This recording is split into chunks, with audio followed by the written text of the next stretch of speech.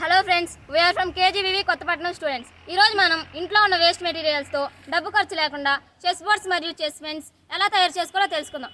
అలాగే ఇంట్లో అలంకరణ కోసం ఫ్లవర్ ట్యాగ్స్, ఫ్లవర్ వ్యాస్, అలాగే ఫోటో ఫ్రేమ్స్ ఎలా తయారు చేసుకోవాలో తెలుసుకుందాం. ముందుగా ఫ్లవర్ ట్యాగ్ ఎలా తయారు చేసుకోవాలో తెలుసుకుందాం. గోడ మీద పెట్టుకుని అందంగా ఉండేలా చూసుకుందాం. ఫస్ట్ సర్కిల్ షేప్లో కట్ చేసుకోవాలి. తర్వాత మీకు ఇష్టం వచ్చిన పేపర్స్ తీసుకొచ్చి, నేనైతే వైట్ పేపర్స్ కలర్స్ వేసి తీసుకున్న black color, orange, white, green, blue.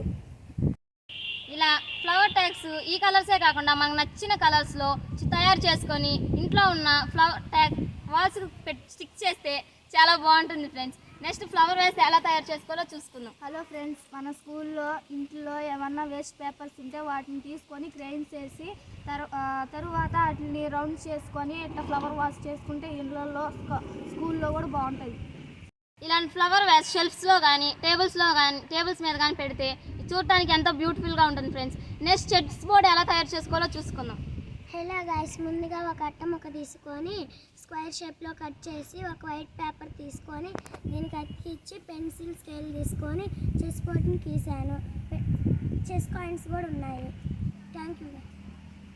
Chess boards and chess mens ఎలా తయారు చేసుకోవాలో తెలుసుకుందాం. హలో గాయస్, మా దగ్గర ఉన్న వేస్ట్ పేపర్స్, వేస్ట్ షీట్స్ అలా తీసుకొని మేము ఇలా చెస్ బోర్డ్ తయారు చేసుకున్నాము. అదేవిధంగా చెస్ మెన్స్ని బంకమట్టి ఉంటుంది కదా మన ఇంటి దగ్గర, ఆ బంకమట్టితో తయారు చేసుకున్నాము.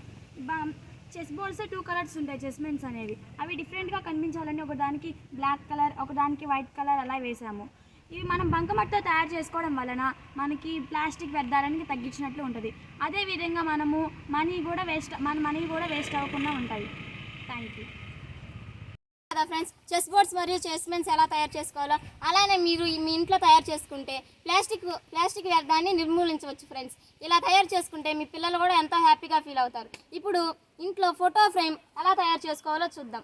హాయ్ ఫ్రెండ్స్, ఇది ఫోటో ఫ్రేమ్. నేనైతే కార్డ్బోర్డ్ తీసుకున్నాను, రెక్టాంగిల్ షేప్లో తీసుకున్నాను. వైట్ కలర్ షీట్స్ తీసుకున్నాను, 2 షీట్స్ పోస్టులు పెట్టాను దాంట్లో ఫ్లవర్స్ చేసి.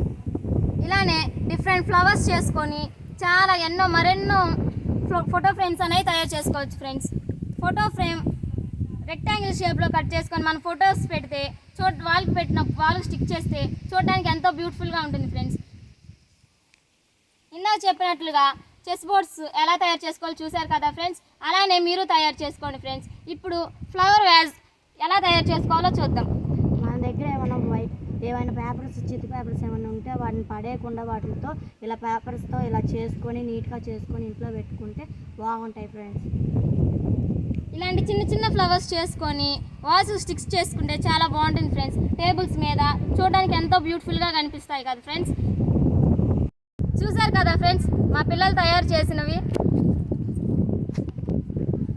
Flower tags, flower vase, chess boards, chess pens and chess boards, photo frame, ఇంకా chess boards, different types of flower vases, different types of flowers తయారు చేస్తారు కదా ఫ్రెండ్స్. ఇలానే మీరు కూడా మీ ఇంట్లో ప్రయత్నించండి ఫ్రెండ్స్. మీ పిల్లలు కూడా ఎంతో హ్యాపీగా ఫీల్ అవుతారు. చూశారు కదా, ఈ వీడియోని మీకు నచ్చినట్లయితే ఇలాంటి మరెన్నో వీడియోస్ కోసం ఈ ఛానల్ని like, share and subscribe. Thanks to all.